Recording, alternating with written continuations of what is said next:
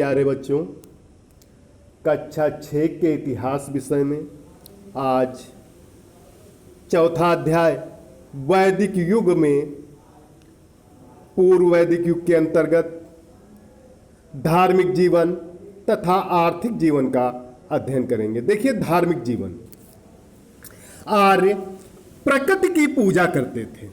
आर्य किसकी पूजा करते थे? प्रकृति की पूजा करते थे।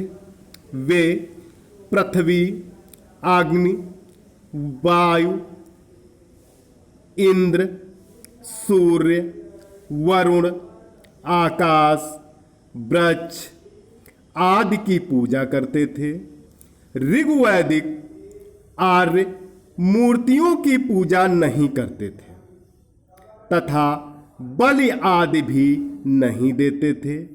वे यज्ञ करते थे तथा देवताओं की स्तुति में मंत्रों के उच्चारण करते थे। भोजन प्रारंभिक आर्य गेहूं, जौ, चावल, सब्जी, मांस, शहद, दूध, मक्खन तथा घी आदि का सेवन करते थे। सोमरस एवं सुरा उनके प्रमुख पेय थे, जो विशेष धार्मिक अवसरों पर लिए जाते थे। वस्त्र, पुरुष धोती तथा सिर पर पगड़ी पहनते थे। स्त्रियां साड़ी पहनती थीं। वे आभूषणों की बहुत शौकीन होती थीं। स्त्रियां उस समय की आभूषणों की बहुत शौकीन होती थीं।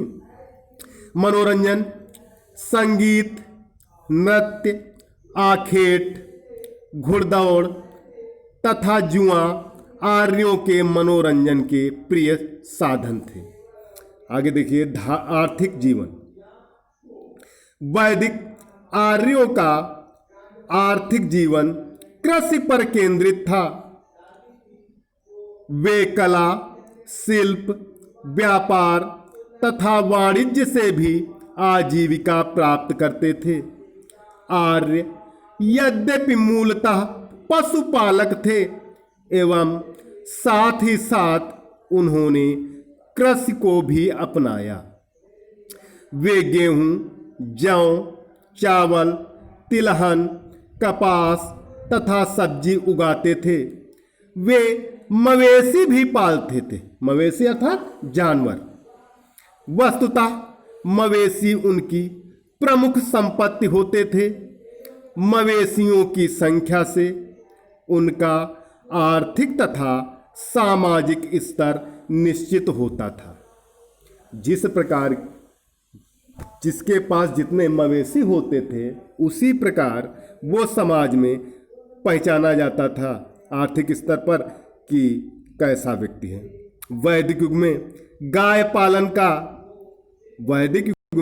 पालन पर अधिक ध्यान दिया जाता था।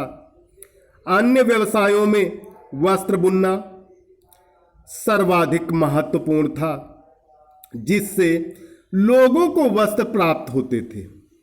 कालांतर में वे रंगाई और कढ़ाई में भी संलग्न हुए। इसके पश्चात बढ़ईगिरी का स्थान था, जो घर, फर्नीचर, रथ, गाड़ियां, नावें तथा जलयान आदि बनाने में सहायक था।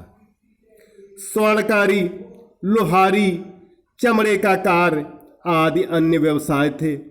वैद्य तथा पुरोहितों का भी महत्वपूर्ण स्थान था। व्यापार एवं सामुद्रिक गतिविधियां भी उल्लेखनीय थीं। खुले सागरों में नौ संचालन होता था। बेबीलोन तथा पश्चिमी एशिया के अन्य देशों के साथ वाणिज्यिक आदान प्रदान होता था। गांव आत्मनिर्भर आर्थिक इकाइयां होते थे। वे लेन देन के आधार पर वस्तुओं का आदान प्रदान करते थे।